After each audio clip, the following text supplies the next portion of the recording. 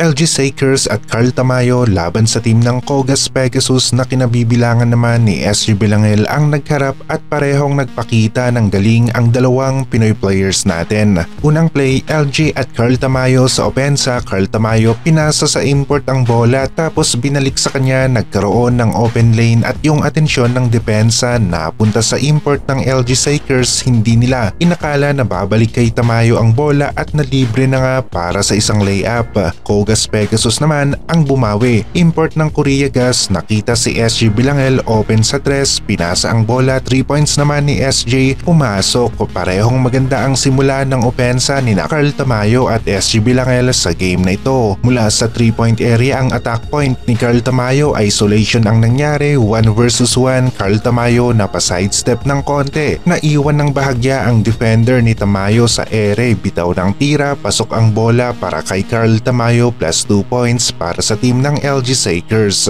Parang trend naman si Carl Tamayo sa eksenang ito, diretso lang papalapit sa basket, nalusutan ang dalawang defender, assist sa nag-aabang nakasama niyang import para sa inside play plus 2 points para sa team ng LG Sakers. SG Bilangel naman ang umeksena sa depensa, naagaw ang bola, takbo pababa, nakita ang import na nakapwesto na sa loob ng paint, bigay ng pasa itong si SJ para sa assist at inside play na kumpleto ng Kogas Pegasus plus 2 points para sa kanilang team.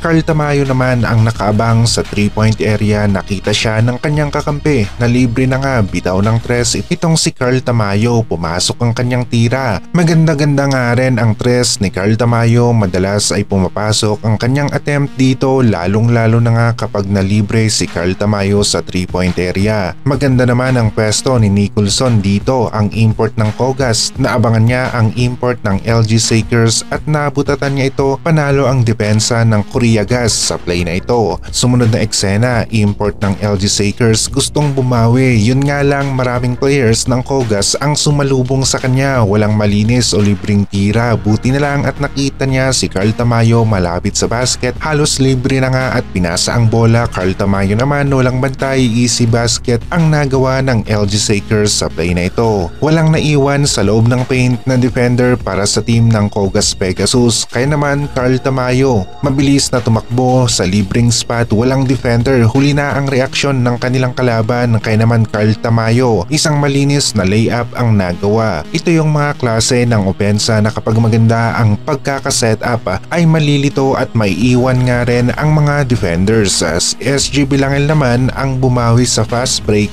lamang ang kanilang team pababa sa kanilang court, kaya naman easy basket nga rin ang nagawa ng Kogas sa play na ito. SG Bilangel na naman para sa isang assist, nakita ang open niyang kakampi at malapit nga rin sa basket ang kanyang kakampi, bigay ng pasa, tira ng Kogas, pumasok sa eksenang ito. Sunod-sunod ang magagandang play na nagawa ni SJ at dito isang steal ang kanyang nagawa at nalibre na nga pababa, isang layup na tira para sa easy basket plus 2 points na naman para sa team ng Kogas Pegasus. Naging mas mainit nga lang talaga ang opensa ni Carl Tamayo at ng LG Sakers at nagawa nilang matambakan ang Kogas Pegasus. 85-54 ang naging final score. Panalo si Carl Tamayo at ang nagawa ni Carl sa game na ito ay 17 points, 5 rebounds, 3 assists at 1 steal. SG Bilangel naman merong 7 points, 6 assists at 3 steals at mataas na naman ang nagawang assist ni SG Bilangel sa game na ito.